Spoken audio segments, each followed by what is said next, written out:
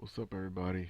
Yu-Gi-Oh! One-on-one discussion video, and this is gonna be a small series of videos, like at least for right now, that I'm gonna be doing.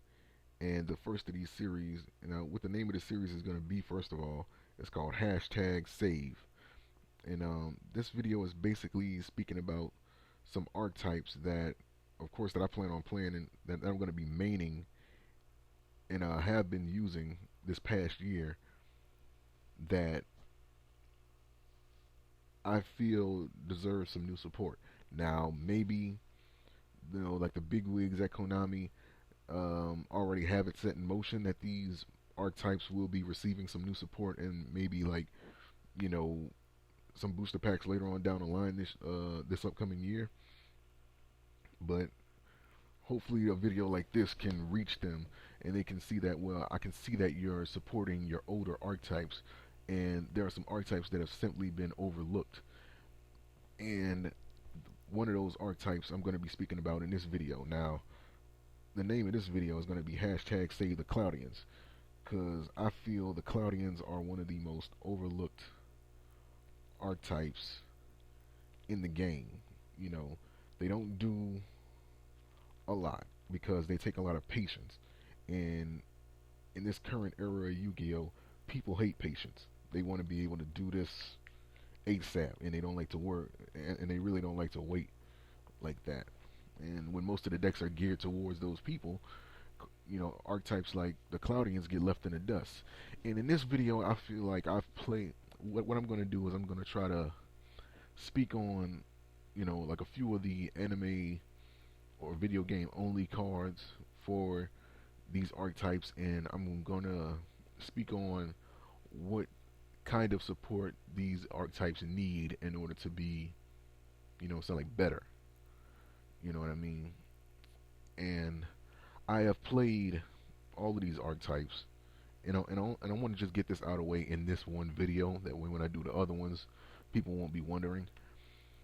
Um, I've played these archetypes a lot, and it's always seems to be one thing that's missing to make them really unique, and they just need to emphasize on that.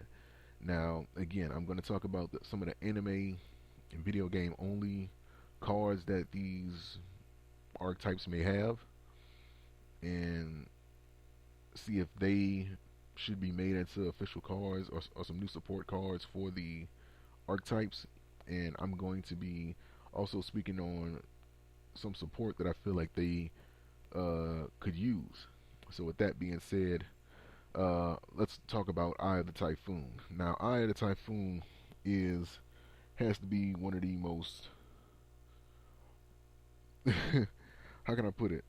This card is like a foster dad when it comes to an archetype. I don't think there's too many archetypes in the game that has literally little to nothing in common with the archetype that it's in. And Eye of the Typhoon is only usable in the Cloudian builds in name alone. There's no synergy or no type of uh, cooperation in terms of type and attribute with Eye of the Typhoon and the other Cloudians. With the other Cloudians, most of them are fairies. I believe like two of them are fiends, but they're all water monsters. Eye of the Typhoon is an aqua and a wind monster. Where does he fit into that equation? Making him that much more difficult to use. And I feel like the Cloudians could use a boss monster that is either a fiend, um, or a fairy. But you can, I guess you can say, keep the, I don't know, like I want to say keep the wind attribute, because I feel like, I don't know, it's like, I like what y'all were doing with Eye of the Typhoon. Like, y'all didn't want to make it too easy to get out because of its effect. And I just feel like the Cloudians need a boss monster that they can relate to a bit more, because if you have a deck full of fairies that are water, and then you throw in Eye of the Typhoon in there, which is supposed to be like the big boss monster of the group, like where does he fit in? Your strategy is geared towards fairy and water type monsters. It's going to be kind of difficult. It's going to be it's going to be kind of difficult using a monster like that.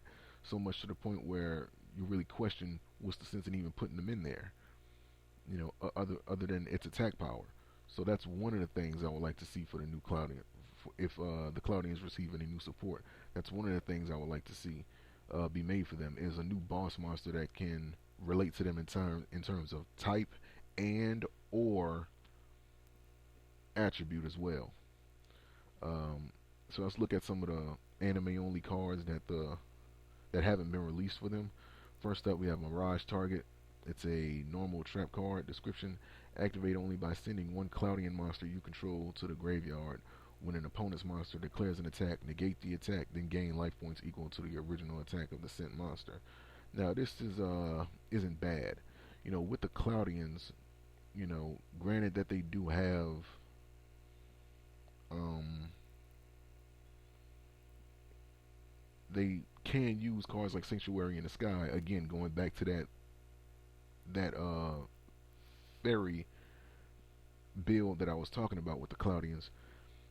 Um, I feel like you may not always draw Sanctuary in the Sky because you may want to run like a pure Cloudian monster build, and you don't want to run terraforming, so you're basically relying on dead draw to get Sanctuary in the Sky because that's pretty much how my Cloudian build is. I don't run nothing but the Cloudians, and I'm trying to make it work. And I think I found a good combination of cards to make them playable, but they still need help. They still need some more support. Um, and I think a card like Mirage Target, you know, it can be a card that can help you in a tight situation. And I don't want to just disregard that. Next up is a card that I feel like they, uh, well, not necessarily need, but it is something to talk about. We have Big Summon Cloud. It's a continuous spell card. Description: during each of your standby phases, discard your entire hand or destroy this card. You can pay half your life points to special summon one Cloudian monster from your hand. Now, this one is kind of questionable, because, I mean, to discard your entire hand or, to special summon and to have to pay half of your life points to special summon one Cloudian, obviously that primary target would be Eye of the Typhoon. I think that's a big much just for one monster. And if you can make a card like this that I could say like more sensible, if you're gonna give the Cloudians some new support, make a card like this, but make it more sensible. Don't pay like half your life points for it. That would be kind of ridiculous. Um, Maybe have, how can I put it, something that acts similar to acts somewhat similar to like Ultimate Offering, but have it be like, I don't know, but maybe have it like you can pay your life points. You can pay life points to summon a Cloudian from your hand, like without tribute, uh, with like 100 times its level. So if you have like a level 8 Cloudian in your hand, then you pay 800 life points in order to, normal summon it. Because none of the Cloudians are really quote unquote so overpowered or broken that that would be too much to ask for. Not unless you plan on bringing in some new Cloudian monsters, and that remains to be seen. But if not, if you're going to give the Cloudians some new support, I think a card like that would be pretty helpful for them. Also, I want to speak on like a new possible field spell card for them as well. Now, with the Cloudians, they have a, they have the effect where when they're normal summon, they gain one fall counter for each Cloudian face up on the field. And I feel like if they had a field spell card that was geared towards them getting like an extra counter, either each of their standby phases, or each time they're summoned, it would help a couple of those Cloudians that need like uh, two fall counters. That way, at least you'll be able to use their effects the moment that they're normal summoned. I think that would be helpful for them. Another thing with the Cloudians is that I feel like with them, they're basically utilized. Their their motif is them being able to use their effects uh, by removing a certain number of fall counters. And I feel like if you had a card that was able to gather up all of the fall counters on the field and just place them on one monster, I think that would be helpful for them. I mean, like you have that one quick play spell card where you contribute a Cloudian and you can place like three fall counters on one monster. But I mean a card that can literally say, for example, you have a card like Cloudian Swall, and I believe that puts a fall counter on every monster that's face up on the field. And let's say if I don't know, let's say if you were in a position to take the game, but you just needed enough fall counters on your Cloudians. Imagine if you had a card that can literally take all the fall counters off of all the monsters that are face up on the field and place them on one monster face up on the field. Like for example, like the card text could read, gather all of the fall counters on the field and place that same number of fall counters on one Cloudian monster you control. I think that would be helpful. I think that would be good. Or you can have it where you can place it on any other uh, monster face up on the field, because that way you'll be able to use cards like Diamond Dust Cyclone, on your opponent's monsters, and you'll be able to gain some draw power from that. Not only will you be getting rid of your opponent's monster, but you would also be able to you'll be also be able to gain some draw power from it, and I think that would be good. And you wouldn't have to rely on cards like Lucky Cloud that you know you may not be able to activate because your Cloudian got switched to defense mode for whatever reason. But yeah, these are just some ideas that I had from somebody that has played the Cloudians and that has made a formidable build, you know, for what was available. I, um, I should say. And again, just to go over it, uh, a new boss monster would be nice for the Cloudians.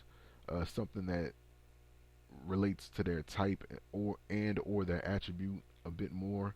I feel like that would be helpful for them instead of having Eye of the Typhoon, which has no relation with their type or attribute, and it makes them that much more difficult to play when the boss monster doesn't have any type of uh, you know, like relation to the types of monsters that your you know strategy is geared towards. Uh, Next up, a card such as Big Summon Cloud, if you could like change it to be somewhat similar to Ultimate Offering, but make it only so that the Cloudians can use it.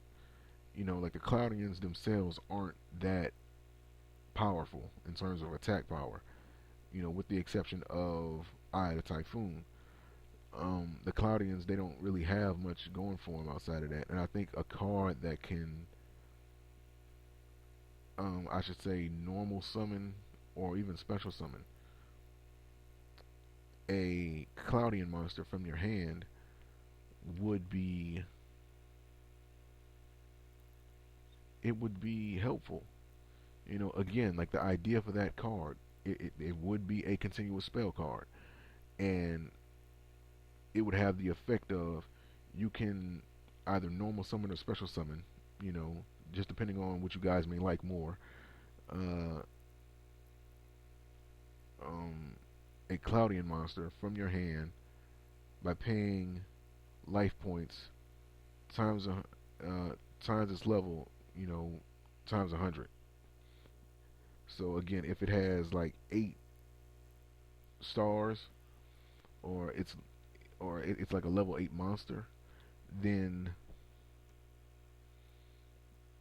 you pay 800 life points or something like that. I think that'll be helpful for them. Cards like uh, Mirage Target, it can help you gain some life points back that you may have lost due to the Cloudians having to stay in attack mode, and I think that would be helpful.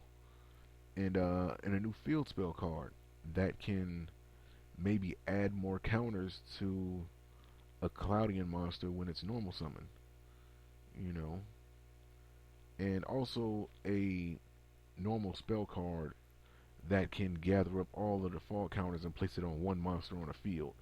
That way, it'll make other cards such as Diamond Dust Cyclone, or even cards like Updraft, much more useful in the game. And yeah, man, that's pretty much it. So again, tell me what you guys think of the video. Tell me what you think of the ideas. I don't have any names for these cards. I'm just thinking of the of the effects in terms of what I feel the Cloudians may need. It something just to maintain their uniqueness, um, as well as help them out. Because I feel like they do need something in order to become playable. They are one of those archetypes that I do plan on continuing to play. I've been doing good with them so far in the custom build that I made, but they still need some help in order to be, more um, efficient within the archetype itself. And I think the cards that I named would be pretty helpful.